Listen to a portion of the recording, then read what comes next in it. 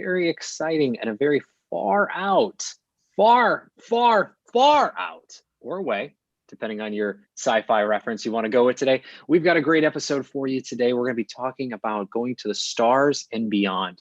We're talking about space and deep technologies. This is a subject we've covered a few times here on VCTV, but today I think it's going to be a little extra special. We've got some of the best, truly, and brightest in the entire space industry are making some of the biggest bets and leading some of the biggest funds as well. So if you're building in this space, you're looking to invest in space, guess what? You've got the best investors on today's episode to listen to and to connect with. On the other side, deep tech. We've got a few investors here. Live, breathe, and eat. Oh, good job, Arena. Love the new background. We've got some huge, great investors around deep technology. Well, what's deep technology? We're going to be talking about that today. We're talking about that infrastructural technology even further down. We're talking not just artificial intelligence. We may go to the quantum realm, but in all aside, we're going to be talking about quantum computing. We're going to be talking about quantum processing, the future of compute, future of connectivity, artificial intelligence, and everything else can in this area. It means for our future. So not just today and where things are, but what is it for our future? We go the ground to well beyond the stars. We're going to be talking all that today here on VCTV, a super exciting episode again for you as well. To our audience, thank you so much for tuning in. If you like what you hear today, make sure you click that subscribe button down there in the corner. And also, as an investor, if you'd like to be on a show like today, you'd like to share your thoughts and insights around space, deep technologies, other technologies, industries, or regions around the world, do reach out to Emmanuel, the LATOKEN team, and or myself, and we'll find the right fit for you. On the other side, entrepreneurs. I've said it once, I've said it twice, I've said it almost 100 times already. This is quarter three, third quarter. We're almost to quarter four, but nonetheless, we are at that sprint to the end of the year. This is the time you're out there fundraising. This is the time you're out there pitching out your products, selling your services. Guess what? Right here, there's a virtual stage for you to get up on and actually pitch us as investors, get real-time feedback, meet great investors who are focused in investing in your area, and pitch our live audience. It's a great opportunity to reach out to the team and or myself. We'd like to find the right spot for you as well. With that being said, a big thank you to Emmanuel, to the entire LATOKEN team for making VCTV possible every single day. And now, let's take this from the ground to maybe Mars or even further, well beyond. And let's get into what's happening and where things are today in space and deep technologies. But before we do, let's introduce each and every one of our guests who've got a ton to talk about, a ton to share, and hopefully we'll have enough time to cover it all. But let's go ahead and kick it off and welcome each of them back here to today's show. Ifran, welcome back. It's a pleasure to have you, my friend. It's a great background, loving it.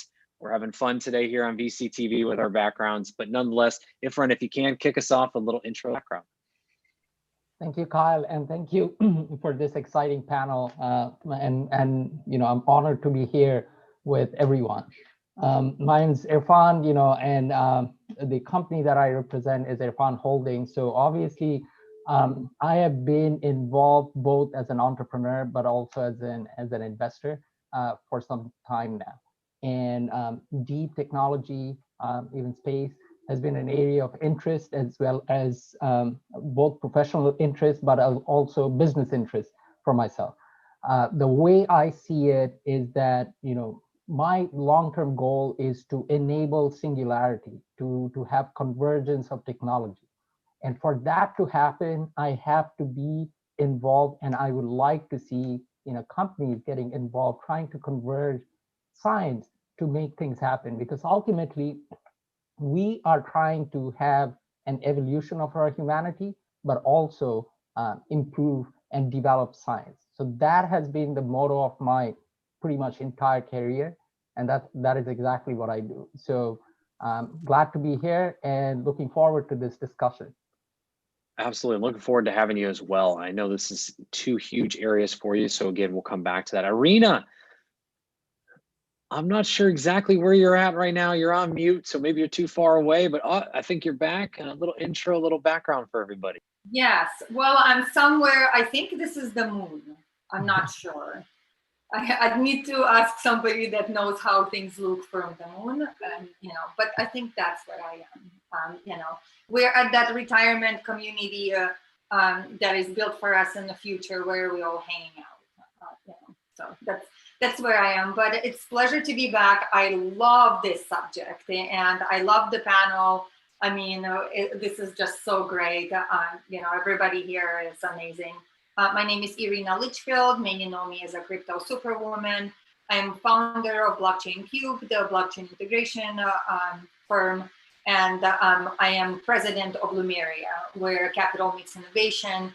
Space is a very big kind of a push it forward. Space takes a big portion of our portfolio at first, because we believe that it is one of the most exciting and interesting industries. And we're really driven to establishing space as an asset class.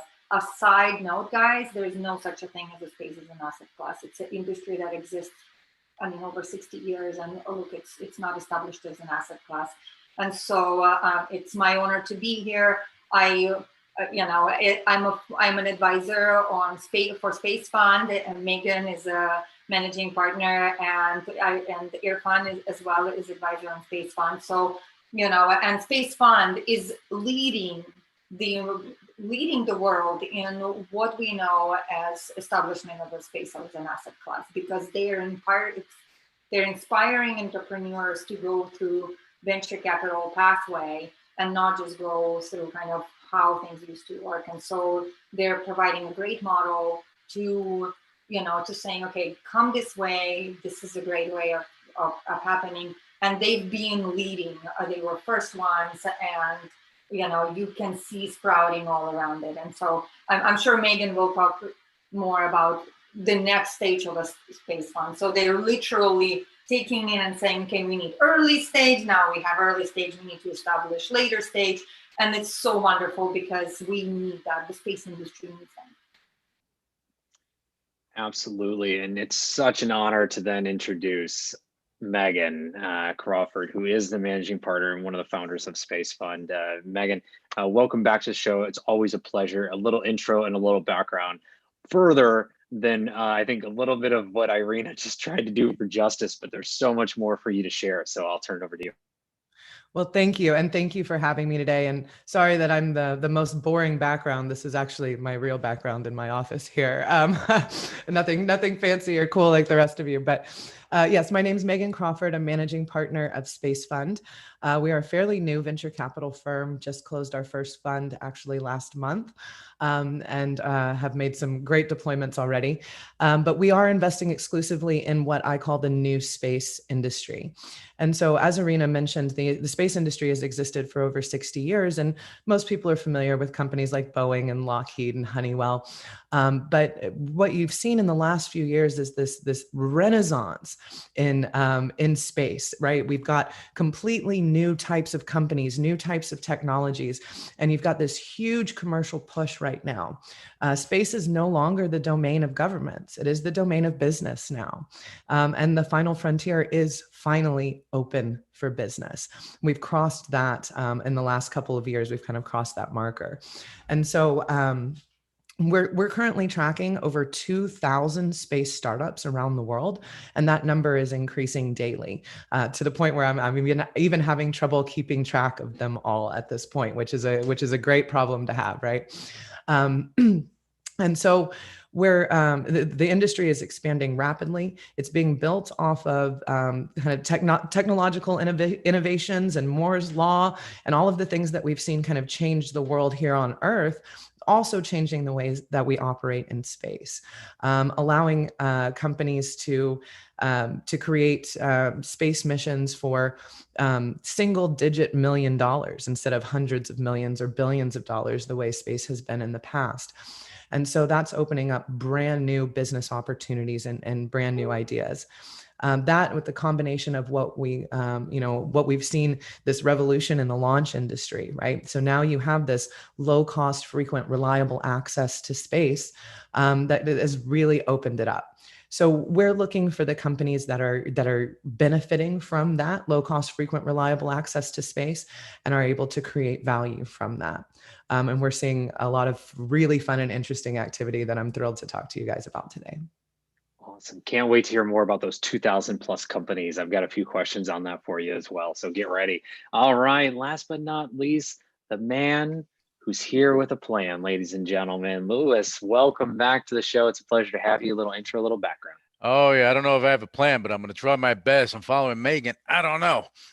But anyway, just to let you guys know, look, I've been involved in the finance industry for over a quarter century, investment banking, private equity, venture deals, involved in technology since the time I was on the bottle, just learning and advancing and connecting. And I'm the managing partner with FJA Partners, also CEO of Megahoot. It's an AI, also augmented reality. We're doing blockchain. We're doing a lot of things there, a lot of cool stuff. This is a really good topic that we have here today, Kyle. Deep tech, that incorporates artificial intelligence, blockchain, things that are not focused on the end user. And now we're talking about space. Megan made a few good points there as far as where we're going. If you make things affordable, people will use it. You make things more affordable, people will use it more frequently. So, you have Elon Musk, he's doing that. You have Virgin Galactic, they're looking to do this. So you have a lot of changes going on, a lot of opportunity for those up and coming companies to take a piece of the pie. Even though the United States has Space Force, okay, you have a lot of opportunity because the galaxy is pretty vast, wouldn't you say? Look at your background. You're somewhere. I don't know where you're at, but you're somewhere. I got a real background too, Megan. Don't worry. We're all on that same page. We're all a little bit beyond the stars as well. But nonetheless, I agree with all of you. There's so much to talk about in this, in these two areas. And space, to Megan's, the final frontier is here. And having the pleasure of speaking with Megan here, and Ifran as well, and Irina on the panel on space in particular. It's true. We've had this conversation a couple times, and more each time we continue to see great advancements. And we're talking between weeks, not years, with these conversations. To see these types of advancements means this stuff is here and it's available for all to begin getting into. Now, on the deep tech side, Lewis, and if this is where we've also gotten into some deep conversations around where things are going on that angle as well, whether that's from the biomedical side to the artificial intelligence, to the future of computing, to the future of energy and sustainability. All of this is rapidly happening, right? We're not just here on VCTV talking about the latest headlines. We're here talking about the latest advancements and investments that we're making and also seeing as well. And that's very important for the audience to hear, is this stuff is happening, changing so fast on a weekly basis. It's insane. But that's a good type of thing to be excited about. And with that, I want to come to each of you on your views of the current state of things right now, whether that be from space or whether that be from deep technology and the bigger, broader picture.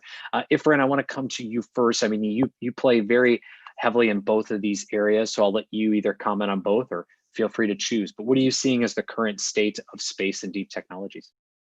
Thank you, Kyle. That's very interesting. And I appreciate Louis bringing up the business conversation. So I'll tell a short personal story around him.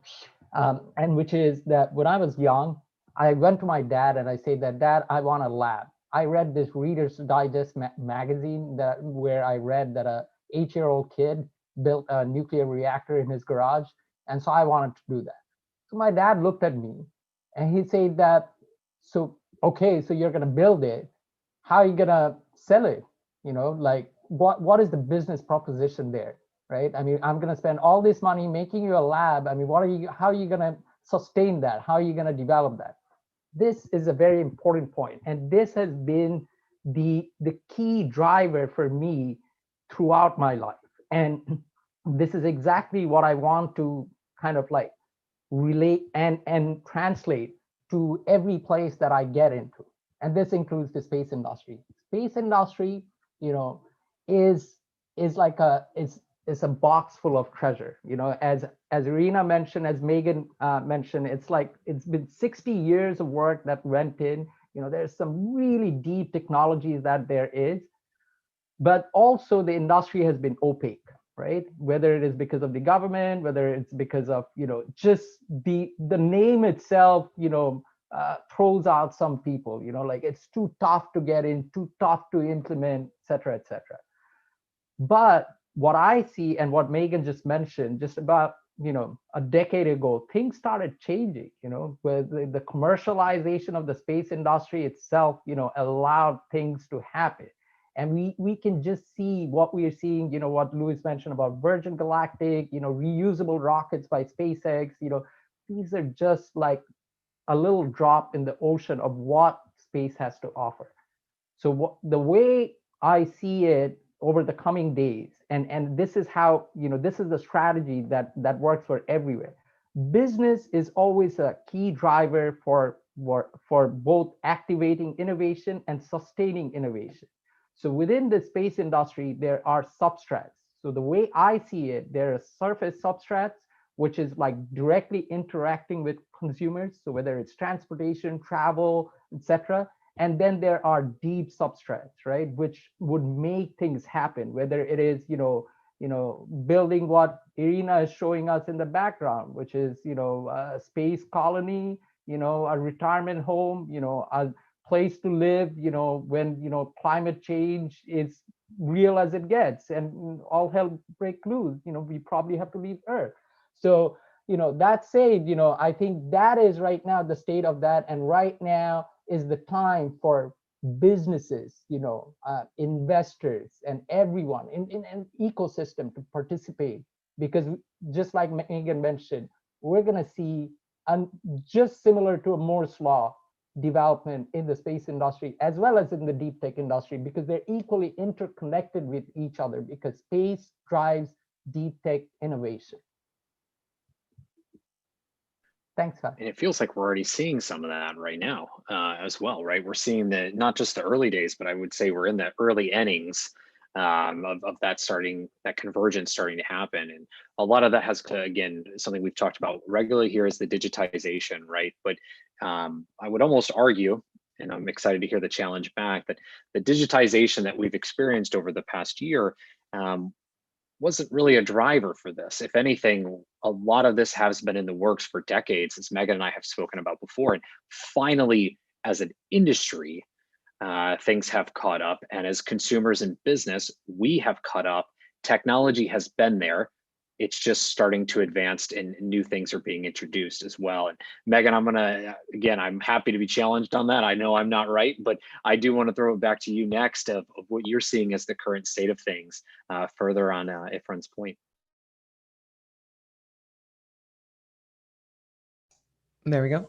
So yeah, one of the things that I always like to bring up is the coming gold rush as we're looking at it in space, right? So one of the things about our entire culture right now worldwide is that we as humans have an insatiable need for information and communication, and especially in a COVID world, right, where we're all doing new forms of communication and lots of these Zoom video calls. The demand for communication capability continues to increase at a very fast rate. And the only way to satisfy those demands are through the use of constellations of satellites, whether this is, the SpaceX Starlink constellation, which is going to be providing internet to kind of all corners of the world, or whether this is Internet of Things satellites that are helping connect your smart devices. There's just any number of reasons to launch a satellite to provide information or communication services to Earth. So we're expecting somewhere around 50,000 satellites to launch in the next 5 to 7 years. There's currently only 2,000 satellites in orbit, and we're expecting 50,000 new satellites in orbit within a decade. And so if you think about that as the gold rush, right, what are the pickaxes and shovels? What are the companies that are providing the products and services that all of those constellations are going to need? And so you're seeing these brand new opportunities for value creation. And one thing that's really important to note, I think, is that, one of our portfolio companies, a company named Orbit Fab, is building gas stations in space. And you go, oh man, these big fuel depots. And you think about how, kind of what a grand vision that is.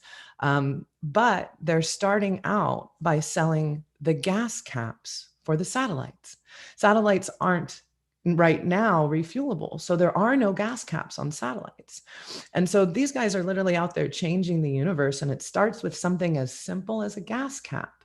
that any entrepreneur could have, you know, these guys, it was two guys in a garage in Silicon Valley who created this company, right? You don't have to be a billionaire. You don't have to be Elon Musk or Jeff Bezos to go out and start a space company. There are millions of these little things, these little widgets, these services that all of these companies are going to need in the coming years that are creating these just amazing entrepreneurial opportunities right now. Wow.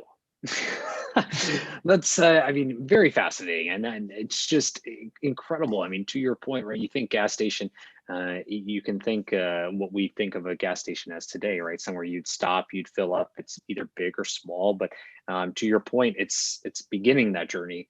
So solving even the smallest of problems today to lead up to what could be or will be a much bigger opportunity in the future. Something as simple as a gas cap. I mean, that's something you could 3D print in your home.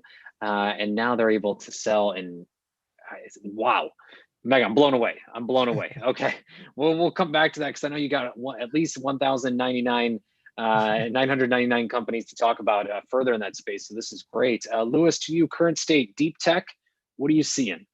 Well, first, I have to kind of tail on to Megan and Irfan's comments. Okay, the reference to the gold rush, Megan, it's awesome because if anyone knows about history, the gold rush, do you know how many people got wealthy from the gold rush? Zero. You know who made money? The Levi Strauss, all the people that sold the pickaxes, all these companies that provided what you needed to go find your dream and go for it. Irfan, you made reference to the business and also the imagination, the creativity.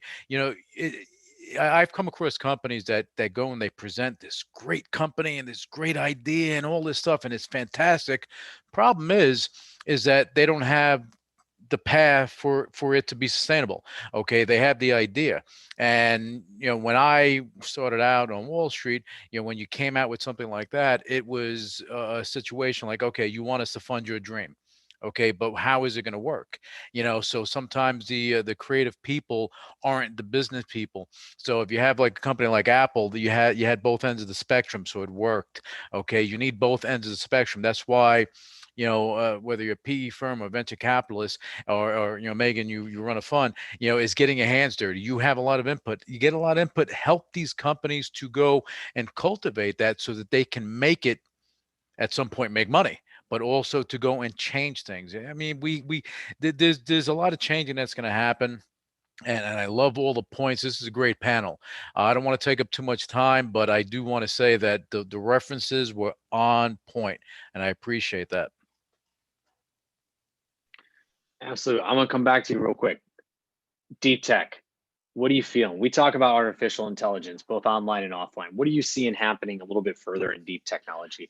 Where are you seeing some of the excitement happening? Talking to me? Yes, sir. Okay, well, I'm look. pushing you.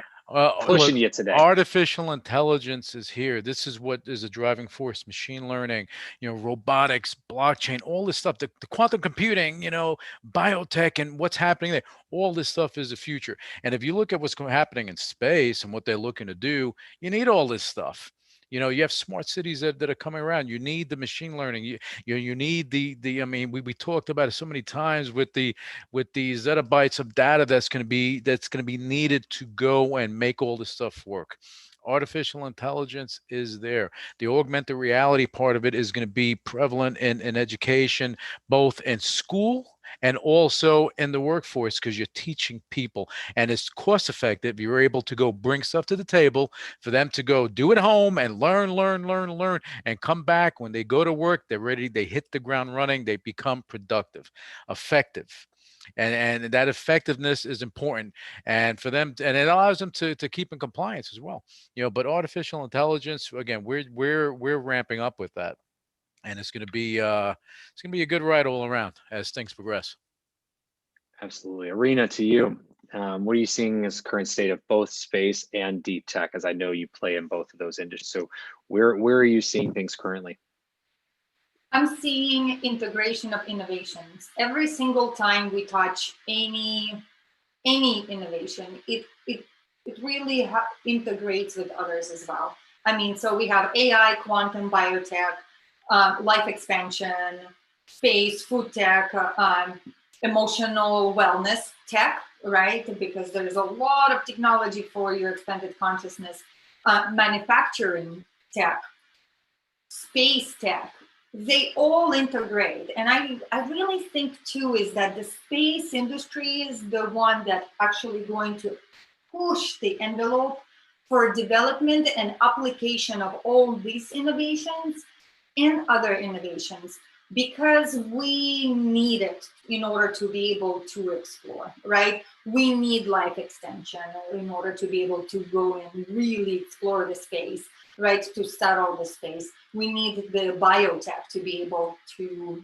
survive the new environments. We need the manufacturing tech to be able to, build and regenerate and to reprint and reuse the materials that we're using, right? We need food tech to be able to survive, and the space industry will push the boundaries of all these innovations, because while here these are small luxuries that make our lives better, or big luxuries, in space these are all necessities, and I think that the quantum and really even the challenge of how we look at the physics will push, like the science tech. I think that the space is pushing that boundary, and as we reaching further into the skies, as we are now talking about going to the moon, staying at the moon, all of these innovations are very important integration.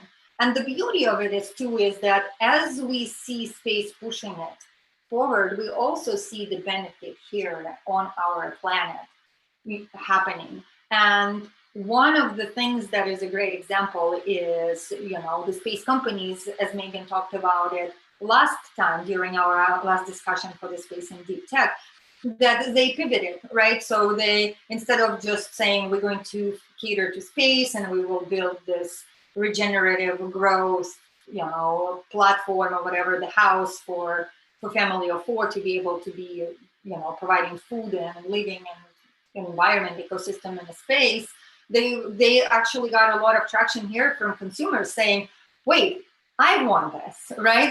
And so it allows, I think that what I'm seeing is that this big mesh of integration of all of these innovations coming in, and no matter where we look, it's all there, and it's happening, and it's happening fast. That's why it's so important that we do this regularly, that we stay in touch, that we keep pushing the innovation, that we build the network of investors and entrepreneurs to make sure that we actually increase the liquidity, right? Right now, we just need to unlock the money from being stuck so we can actually fund and do what we need to do.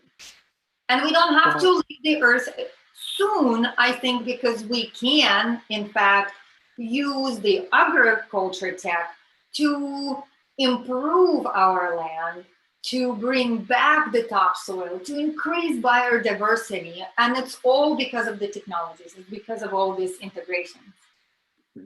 Well, it's a huge advancement, right? I mean, it takes a lot to get us to the stars in the first place, and then well beyond that even further. So that pushes the bounds of technology. That really pushes us to rethink a lot of things, which is what drove a lot of the technologies that we have today that led into, industrial 4.0 or the industry 4.0 that we're in, fourth revolution, whatever you want to refer to it as. That's what pushed us here, right, to the data and information age that we have. As part and thanks to that space race that we saw globally in the 60s and 70s. Now, I want to come around on a few different questions because you guys all provided. So I've got a ton of show notes from each of you. There's so much good stuff. We could have an episode with each of you on these things, but I want to come, Ifran, to you first. So energy and sustainability with a side of quantum. These are areas that you focus on. I mean, what are you seeing that's getting you excited in these areas, whether that's opportunities, whether that's currently what's happening and what people should be paying attention to? What are you seeing in the energy sustainability, so what's happening in the future of, and then quantum, looking at the future of computing as well? Great, thanks, Kyle. And again, I appreciate everyone's comments, and I just also want to make a quick note into this, that besides being a fund manager or running my fund or engaging with funds, I'm also an entrepreneur.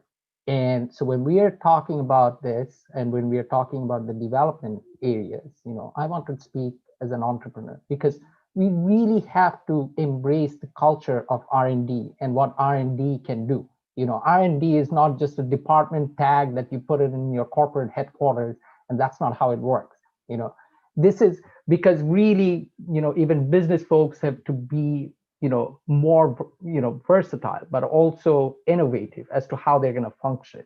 Because really, if you look into the ratio of developments in R&D facilities in corporate places versus ratio of developments and new innovation happening outside of that, is comprehensive pretty much. I mean, the stats and numbers, I mean, I'm a data guy. I mean, and any business folks would be a data guy too, and could easily see how much R&D is coming out, which are actually applicable from the R&D center. I mean, there's one big corporate out there, I'm not gonna name names, but they file the highest number of patents just because they can, but how much of these patents are actually useful? How much of that actually saw end of the day? It didn't, and this is what I mean by clear waste of time and money, and and lack of and drive to innovate.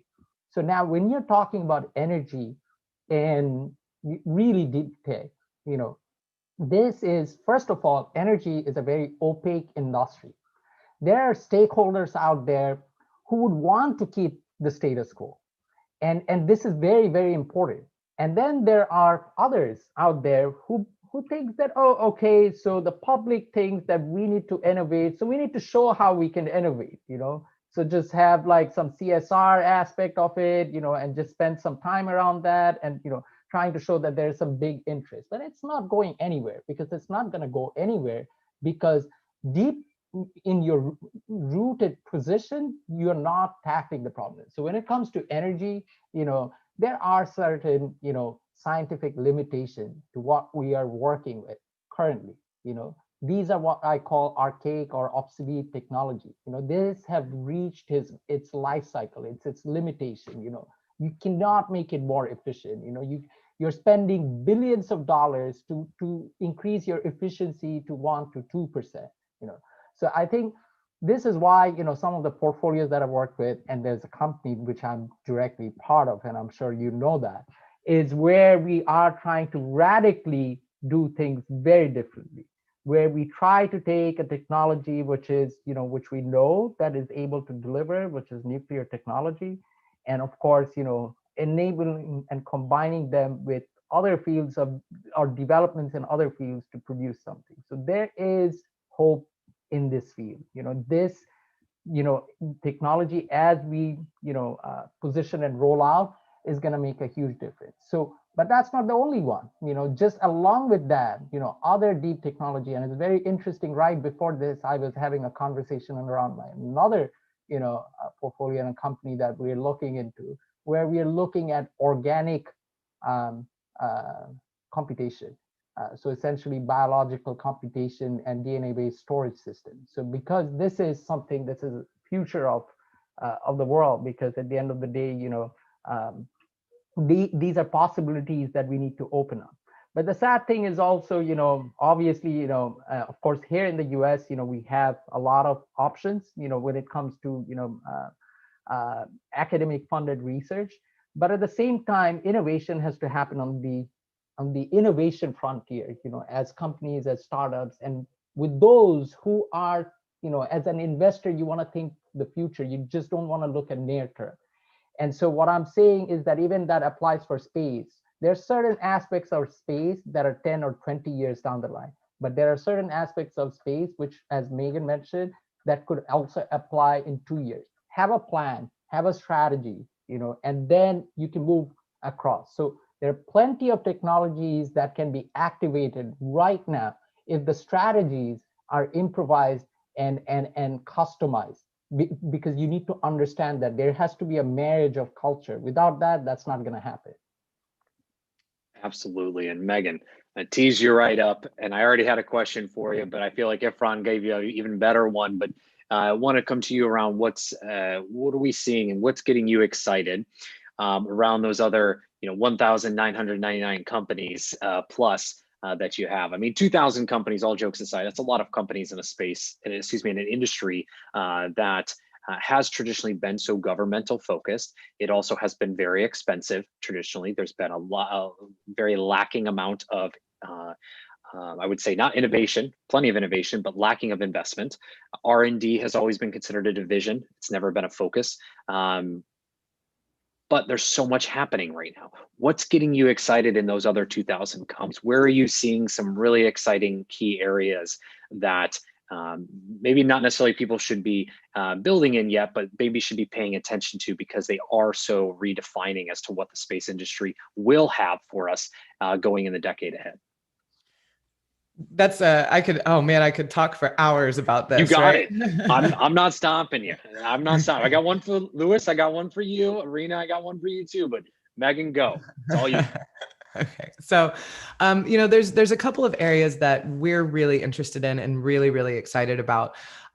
So one area where we actually just made an investment just this month. Right now, all communication that comes back down from space comes on radio frequency. And radio frequency is limited both by, its bandwidth and the number of different frequencies that there are available. And we're running out of bandwidth. And right now, there is more data being collected in space than can be processed or downlinked. And so there's lots of ways to kind of solve this data bottleneck. Whether that's actually doing the data processing in space, maybe putting servers in space to do that data processing before you bring the data back down, or that's new ways to bring the data down, right? Switching from radio frequency to optical laser-based communications. And so there's kind of a lot of different potential solution sets there to solve that data bottleneck. So we're really interested in how that, what solutions there are there. And we think there's going to be multiple different solutions and multiple different companies that are creating a lot of value in that space. And this is going back to the Levi's jeans and pickaxes and shovels of the gold rush, providing that data service to those satellite operators. Another area that we're really interested in is microgravity research and manufacturing. So things happen differently in space, in the microgravity environment. The space has a very unique environment, not just because of microgravity, but also you have continuous access to energy. You have 24/7 sunlight when you're positioned appropriately in space. And so the combination of, access to energy, the microgravity environment, the cold of space, the vacuum of space, all of these things can combine to create very unique research environment. And so one of the things that I'm really excited about is the printing of human tissues in space. And so when you 3D, this is kind of an exciting part of the biotech, biomedical world right now, is this idea of being able to 3D print a new heart or a new liver. But when you're doing that on the ground, you have to create a scaffolding to hold the organ up as it's being 3D printed. And then what do you do with the scaffolding? How do you dissolve it? And there's all sorts of problems there. Well, when you put something somewhere in space, it stays there, right? There's no gravity pulling on it. And so it completely changes this idea of 3D printing human tissues. And so I see a future where somebody's, I had an unfortunate medical situation, and you simply call up the space station and have them 3D print you a new organ, and comes back down to you on a SpaceX capsule, and there you go. You don't have to pray for somebody to get in a motorcycle accident so you can get a new liver. So, and these are just kind of two areas. Like I said, I could talk about this all day, but, the opening of the frontier provides all of these unique opportunities to better our lives here on the planet. It's not just about moving out into space. It's not just about, billionaire boys and their toys, right? There are really amazing solutions coming from space that are affecting our everyday lives down here on Earth. Wow. It's not a lot of times I'm speechless here on VCTV. However, after that, I am. That is definitely one of those moments. There are some things there that we have not talked about, and I think are very much on the forefront of where this industry is going, to your point, and then even furthering efforts as well, looking at those future industries and those areas of sustainability. I mean, on the biomedical side, the idea of 3D printing in space, and just knowing that process, right? So here on Earth, as you said, we have to have scaffolding, we have to have a placeholder for printing something, which many think is just pseudo advancement, right? The idea of printing human tissue, just to not downplay it, but this is an example. Whereas in space now, it's free form. It's something we can do on a much grander scale if we even needed to or wanted to, in what sounds like the much more near future, which could lead to huge advancements around custom organs, custom tissues, the whole area of genomics that we've talked a little bit about as well. And I see Efron smiling, I see you smiling, so you guys both know where I'm going with that. But Louis, to you, I want to come over for just a second. So we've talked similarly about what's getting you excited in augmented reality, and I want to see where you're seeing some huge advancements outside of gaming, because we talk a lot about that. So maybe some areas around industrial or that's related to space, but then also AI. Where does artificial intelligence, and sorry for the 2-point question, but where's artificial intelligence and fintech, which Irina, I'm coming back to you on, where does AI really play a role in the future of different industries, whether that's space, whether that's just industrial IoT? Where are you seeing AR applied outside of gaming that's getting you excited? And where are you seeing AI really have a true impact as well?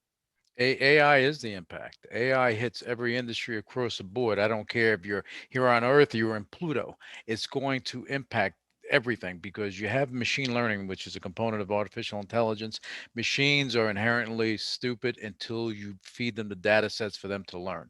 So that's very important. If you, especially when you're talking about going to space, you need that data and that way you can go, you can get where you need to get to. So anything you're doing, 3D printing, whatever it is, this is all, you want these machines to learn and do it in such a way that it's on point. You mitigate your risk, you mitigate your losses. There are a lot of things that transpire there. So you're going to see more of that in every industry.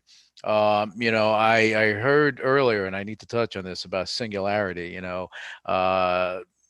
Interesting concept. Will it happen? The only way that's going to happen if everyone's on the same page. This is Earth. This is the world. Is not going to happen anytime soon, because that's something that's uncontrollable, irreversible. It's one thing, and I don't know how that's going to happen. The space odyssey, what's going to be transpiring in the new age? Look, you have Blue Origin, SpaceX. You have Virgin Galactic, which I mentioned. These companies are pioneering to make it more affordable to go out into space. Okay, who would have thought that you can go as a consumer and go to outer space? You don't need to be a gazillionaire. At some point in time, it's going to be affordable for more people. We've seen it in movies. I'm a Hollywood guy. I love movies, so I make the reference. If it was created in Hollywood, it can be created in real life. We see it time and time again, and all this stuff is great. It's great technology. Megan made some good points as far as 3D printing of organs, things of that nature. This is the future. And all this stuff is going to happen. Gene therapy, things like that. It's going to happen. There's no way to stop it. And I want to make reference to one thing. When the United States created Space Force, when the president created Space Force, it turned things a little bit, because now it had everyone looking into space, like, what's going on there? Why do we need a Space Force? You're thinking 10 years down the road, you're going to need it. You're going to need to protect things. And so that is pushing all these other companies as well, I think, to go and look at the next frontier. The next frontier is this frontier. This is where we're at. And I think AI plays a role in everything. And augmented reality is going to help with space missions and everything else, because you can do that right there, or utilizing augmented reality before you go on these missions. They're doing it in the military now, and it's going to be something that's going to be more prevalent as we move forward. Absolutely. And with that, Irina, I want to come over to you. We've talked a lot about space and where this industry grows from your viewpoint, because again, you are so embedded in this industry with Megan, Ron, and others as well. But I want to switch a little bit to a different angle. You talk a lot about fintech and digital currencies and the idea of payments in space. So what's getting you excited around that future of fintech, whether it's here on the ground or in beyond the stars as well? Let's start with the stars first, and then we'll go back on the ground, because I think that's just such a great model for us to follow. what we can, and what we need to do. By the way, the future is now, and the Space Force needs to protect us now. It's not in the future. It really is a reality, and they're really, really, truly looking for, creating solutions. They're really adaptive. They're moving forward with the kind of a understanding that the industrial world, the industrial era is over, and they need to really make good decisions, because not to scare all of you guys, but the message. So Megan and I were at the North American Space Summit, and there was a message from the Space Force, and that was the message, is that they're open to and ready to work with innovators, and that the really thread of our lives, of how we all the access to information and everything, is being is constantly threatened. So they are working now, they're creating solutions now, and they're pushing forward the innovation and changing the way space and government used to work. So kudos to them, totally support that. So finance, right? Finance is space. Now that we're talking about all these peaks and axes, we need to figure out, okay, now that means we have different service providers, right? And we need to be able to make the transfer of volume be able to happen right there instantaneously, and maybe be packaged and sent down to Earth. But in the end of the day, we don't really need to do all the accounting here. We can just automate it up there. And if it's a gas station, how do you do that transaction? We can't sit there and wait, until the message comes in.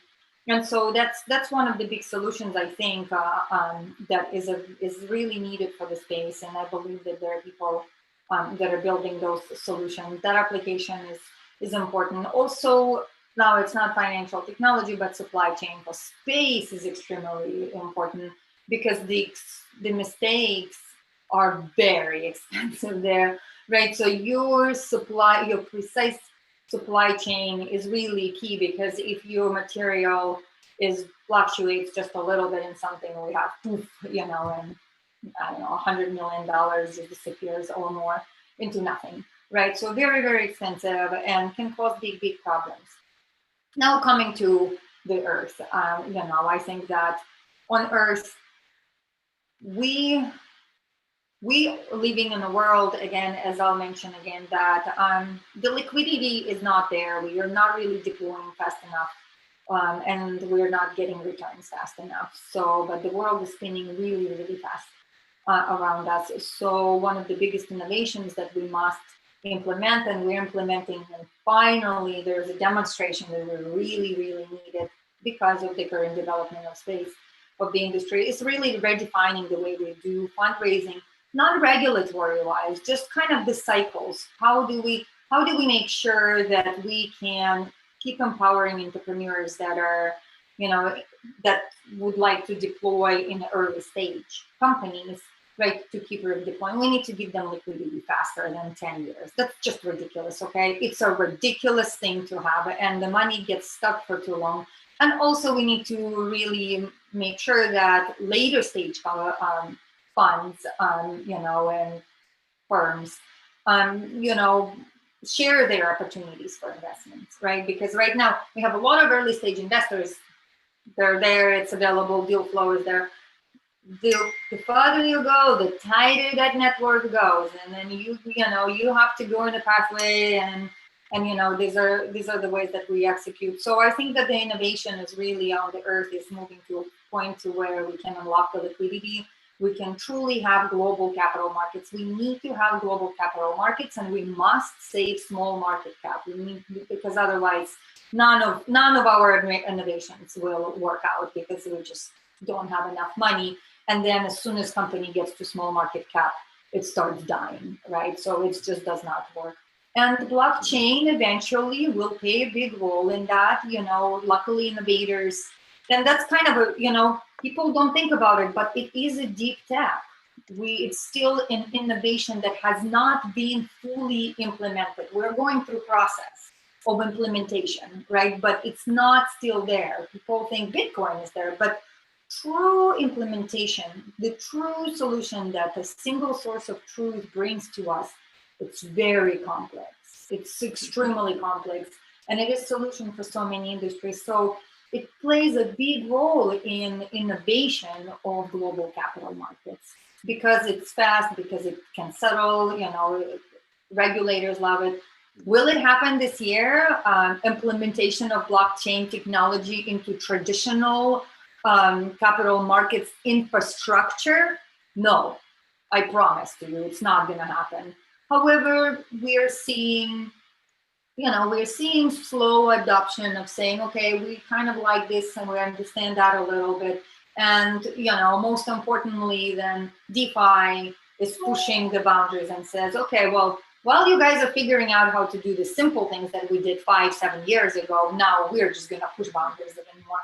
And that expedites our adoption because now we're seeing the world moving faster and faster. So I think that global capital markets, is the key for us to unlock liquidity to all innovations and make all deep tech a reality. And I think the deepest tech is still a blockchain, and of course quantum.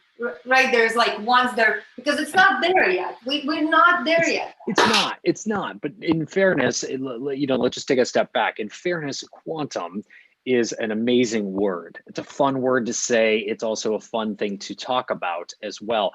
And I say that because quantum has been on our minds, both as technologists and also as investors for some time. It's something that we've looked towards as the future of computing and the future of so much more.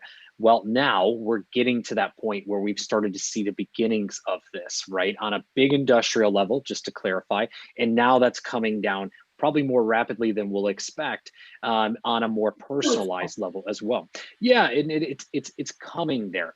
And so it's very exciting to see what will happen as this technology continues to advance, changes the way that we look at computing, changes the way that we look at almost anything we do from a technology perspective, and it will change our worlds. Here we all are quoting, it will change our worlds as we know it. How? We don't know fully yet. It's still being put together, but it will change everything as we know it today in our world. But with that being said, team, we are here coming to the lightning round. So I do want to come to each of you for closing thoughts. And then I got a fun question, and it's a play off of something Lewis mentioned. So I'll come back to that as well. But in terms of closing thoughts today, one of the things I would ask each of you to throw out there is a piece of advice. Deep technology, parts of it, some are easier than others to kind of get started in and be building. As each of you have mentioned, we're already there in some cases, others are just beginning. So one piece of advice you would share to those that are listening that they should be mindful of when entering into these industries. But then also your closing thoughts, anything else you want to get out there as well. And then we'll come around for where everyone can find you as a part of my fun question. So Efron, we're going to come back to you. What's that piece of advice and closing thoughts that you have for those that are looking to either get into space, energy and sustainability, quantum, and or again, that bigger picture of deep tech? Thanks, Kyle, and thanks everyone for this very exciting panel. So I'm going to make it two-parted. The reason is that I'm going to get the investor's perspective and the entrepreneur's perspective. For the investors and whoever was trying to participate in space or deep tech or any other emerging technology, I'll make a slight correction to what Megan said. So it's about a different kind of billionaires or investors, and the reason I'm saying is that it means that whether you're a Rolex owner or you are a Alange und Söhne owner, right? So and the reason I mention is because someone who owns Alange und Söhne would understand how many complications that goes into the mechanical watch, and then why it's worth it and why they're doing that. So this is the kind of people that we would want to participate in this industry, because this is both a short-term and a long-term play. So this is how you need to get into this space. You just cannot think of it as a traditional thing that's going to be flashy and it's going to give you returns right away, because that's not how investment or any business works. And so from the entrepreneur's perspective, and I think this is very important what Irina was mentioning, and I'll just there are plenty of opportunities out there, plenty of new opportunities would mean new complexities, and that needs new solutions, right? So just as Megan mentioned, there is going to be 60,000 or 50,000 satellites up in the next decade, right? So just in relation to blockchain, think of it this way. The way I'm thinking it is that what is going to happen if, let's say, some of these debris are going to start falling, right? So if that happens, right, what is blockchain really good at, right? Provenance, right? Originality of the material, right? So, and as we are talking about space, this is in global level, and of course, as to what we have seen over the course of time, we're going to see countries arguing about whose debris fell in another country's territory, right? So technologies like blockchain would be able to facilitate these problems. So this is what I'm saying is just an example of some of these opportunities that entrepreneurs can be looking at. So my only point to them would be that find a real problem and try to solve it. Don't look for the hype word or the big buzzword out there because it sounds space, it sounds quantum, blockchain, or techie and all that, right? Because that's not going to solve the problem. So thanks, Kyle, and also thanks, everyone. Absolutely. Louis, to you, quick closing thoughts, and then anything in terms of advice that you would give to those listening looking to get into the deep tech. Closing thoughts. I love technology. I'm a big nerd when it comes to that, always have been. And I believe that technology is to be shared.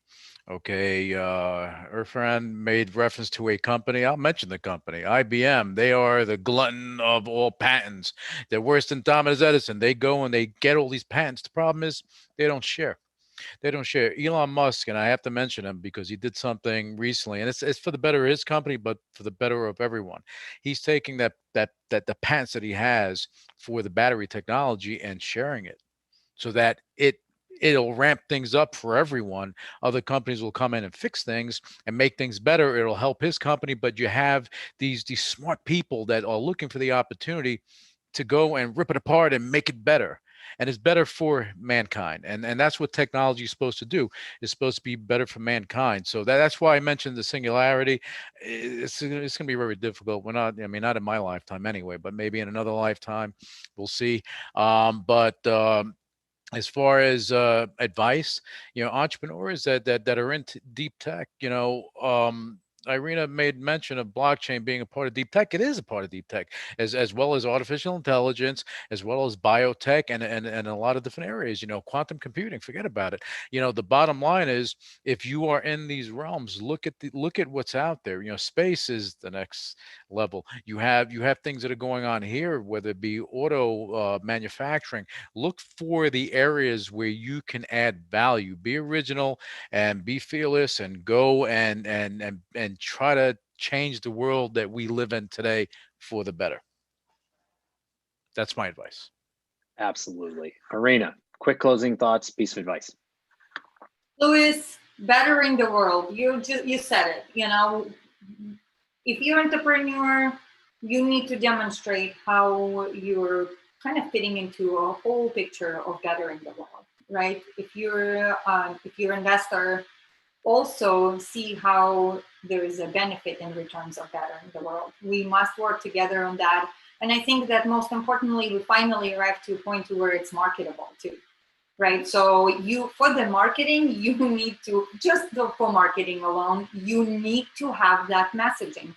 So this is not just me, Irina, telling you, to be good for the sake of good. I'm telling you that it's a good business decision, okay? That's where the future is leading. And with that, just take one foot in front of each other and believe in what you're doing and pitch. Make sure you pitch. If you're an investor, come hang out with us on VCTV. This is amazing, okay?